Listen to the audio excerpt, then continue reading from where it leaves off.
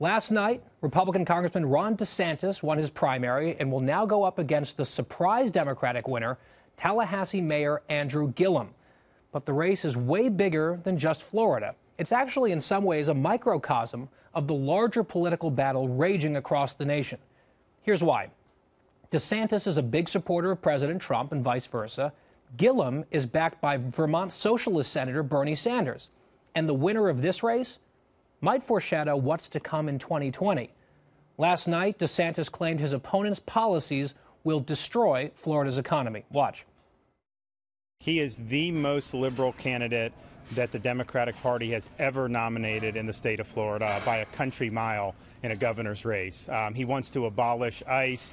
He wants a $1 billion tax increase. He wants a single-payer healthcare system in Florida, which would bankrupt the state. I'm trying to make Florida even better. He wants to make Florida Venezuela. Make Florida Venezuela again. That could go on a baseball cap.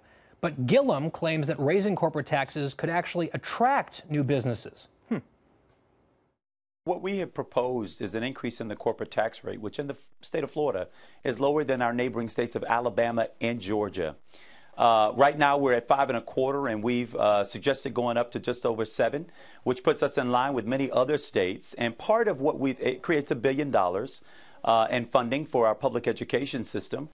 Okay, so what are the takeaways from last night, and what does it mean going forward? Joining me now, former special assistant to President Trump and former press secretary to Vice President Mike Pence, Marc Lotter, is here. And also here with me in New York, co-host of The Five, Juan Williams. Gentlemen, welcome.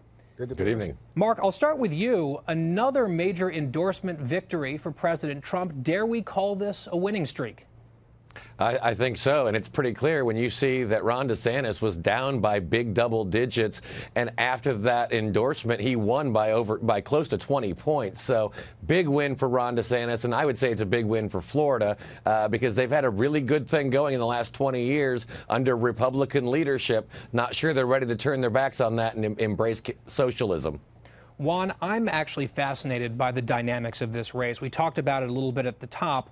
It's almost a laboratory pure test of MAGA versus feel the burn here in the swingiest state in the country.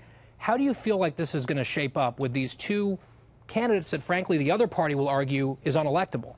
Well, in fact, one of the arguments today I was hearing from political people is either side got the candidate they want to run against. Right. And so here you have a situation where the question is the label socialist. So the Republican, the Trumpian, DeSantis says, my opponent is a socialist. And in fact, we recently had a poll that you may have seen where most Democrats said they're fine with socialism. I mean, he won the primary. Correct. But the question is this, is he a socialist? I don't think he accepts that label. He's not certainly about having the government take over the means of production.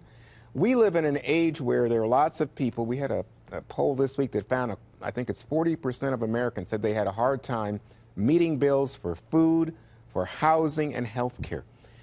In an era of high income inequality, is it socialist to say, I believe in a social safety net that protects people from falling to the bottom? All right, well, Mark, let's get your response to that, because we can debate whether or not he's a socialist or a democratic socialist, but as you heard from Ron DeSantis in that clip we just played, his opponent does support socialist health care. He wants to socialize health care in the state, abolish ICE. It's a pretty far left agenda, especially in a state like Florida, which is kind of down the middle.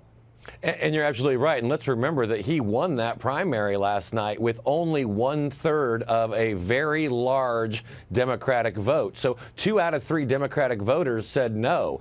How is he going to convince them that his far left policies, which are farther left than more even moderate middle Democrats in Florida, that's a pretty extreme program he's embracing. We've got a lot of support, a lot of enthusiasm on the Republican side. I think he's going to have a lot of work to do, especially in that I-4 corridor, trying to make moderate people embrace his very liberal, very progressive ideas. All right, so Juan, how does he do that? If you were recommending things to Andrew Gillum as he looks toward November at this point, he's won the primary, he checked the box, Bernie Sanders really helped him, obviously. Right. Does he campaign with Bernie? Does he remain a Bernie Democrat? Or does he start to sort of inch toward the center? And how can he do that? Well, no, I think the key in all races right now and I think you're going to see this across the country, specifically in Georgia, which also has a Democrat black woman, Stacey Abrams, running against a Trumpian Brian Kemp. I think what you're going to see is they're saying, we're going to talk about the issues from the Democratic perspective. And the issue will be, and this is what Gillum did in his race against other Democrats, say, I'm the only non-millionaire in the race. I'm the one that really can identify. That's not an issue. Oh, it is. Because you want to say in a time of income inequality, I relate to you struggling people who are out there working hard and having a hard time paying for your kids to go to college tuition. I'm the one that can relate when a big medical bill comes in, how threatened you are and how it throws off your budget. And I think that's what he's going to do. It's not going to, so I think Republicans may say, oh, sounds like socialism. But you know what? I wonder if voters instead will respond, this is someone who shares my needs and understands my predicament. But I'll tell you Mark, one thing in that response to Juan is all of those people who have jobs, who are looking for jobs, they're going to have small businesses, big business owners saying, well, because Gillum supports a $15 minimum wage, because he's raising taxes on our company 40%, we're not going to be able to give you a raise. We're not going to be able to hire you, or we're going to fire you and replace you with a computer because it's costing us too much. That is a very powerful driver, and you can bet the chambers of commerce and business groups are all going to be out there rallying people to stop the tax increase. Mark, you got to hear from the teachers. You got to hear from people who feel as if they're underpaid in terms of government.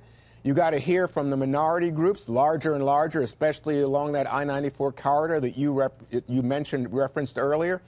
These are people who are quite excited by Gillum. The question is, because I think the Republican base is excited by Trump and DeSantis, the question is, once you get beyond these two polarized bases, what does the middle think? What does the suburban housewife think? Yeah, it's going to be, I think, one of the most fascinating races in the country. We'll watch it very closely. Mark, Juan, thank you both. You're welcome. Thanks.